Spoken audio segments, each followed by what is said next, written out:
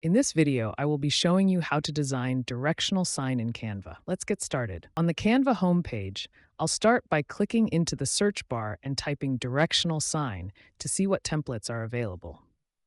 I scroll through the various options, from parking signs to restroom indicators, looking for a clean and professional layout. I really like this black and white simple directional yard sign, so I'll click on it to see the preview and then select Customize this template to start editing.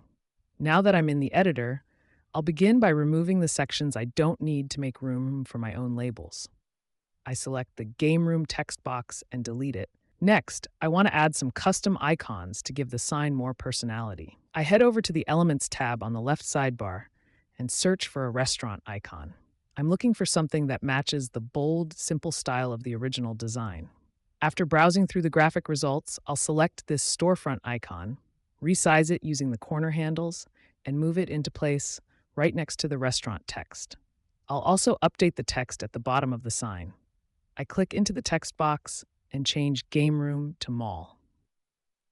Now, I need a visual for the exhibition section.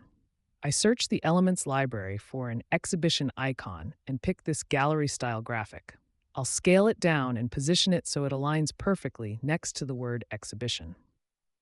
For the final touch, I'll search for a mall icon. Once I find a building graphic that fits the aesthetic, I'll add it to the canvas, resize it to match the other icons, and align it carefully with the mall label I just created.